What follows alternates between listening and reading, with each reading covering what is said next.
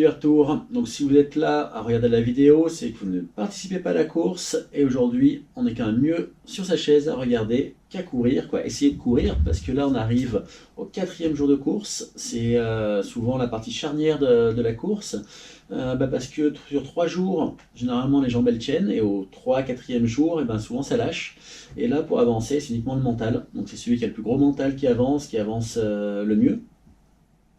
Là aujourd'hui, pas beaucoup de mouvement, avec la pluie, très très peu de vol. Au mieux, dans les fenêtres météo qui passent un petit peu, des petits glides. Franchement, moi je dis chapeau à tous les concurrents. Les abandons commencent à arriver, forcément, on est au mental. La plupart des concurrents, on est tendinite. Forcément, on marche 4 jours non-stop sous la pluie, c'est dur. Et par contre, derrière, ça se bat toujours. Et ça, c'est intéressant parce que être en tête et courir pour pas se faire rattraper ou rattraper les leaders, c'est motivant. Quand on est tout derrière, rester dans la course, c'est pas facile du tout. Et là, c'est vraiment respect. Je pense en particulier à Yael, qui a priori a de grosses douleurs aux jambes, et qui continue, qui se bagarre, et qui avance, et qui a des chances de bien remonter demain. Là. Il suffit de faire un bon vol pour remonter le groupe qui est juste devant. Devant la tête de course, on retrouve toujours Quentin, Max et Steph, qui eux ont pris encore un petit peu d'avance aujourd'hui. Ils ont eu la chance d'avoir une météo un peu moins bonne, un peu meilleure ou moins pire que les autres.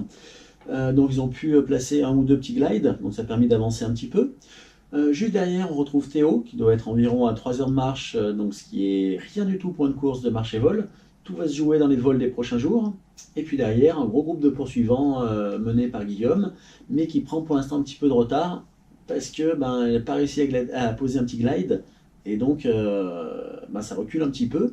Mais encore une fois, quelques heures, c'est rien du tout. Il reste beaucoup de kilomètres à faire. Il faut tenir, il faut un peu ménager le corps là, parce que 4 jours de marche intensive, c'est compliqué. Les prochains jours, c'est du vent, l'arrêt de la pluie, mais du vent, et du vent de face évidemment, et en plus il est fort. Donc ça va être compliqué d'avancer, et là les vols vont être primordiaux, parce que ça va permettre de grappiller un peu ce temps-là, et un mauvais placement dans le vent fait qu'on est posé tout de suite, donc la sanction est immédiate. Donc ça va devenir là vraiment intéressant, je pense, à partir de demain. Chapeau, ceux qui continuent, qui vont jusqu'au bout, parce que là, les conditions météo ont rarement été aussi mauvaises. Donc chapeau à tous les coureurs, que ce soit ceux qui abandonnent ou pas, en tout cas, ceux qui sont encore dedans, serrez les dents, continuez, et on compte sur vous un peu pour continuer à faire le spectacle. Allez, ciao!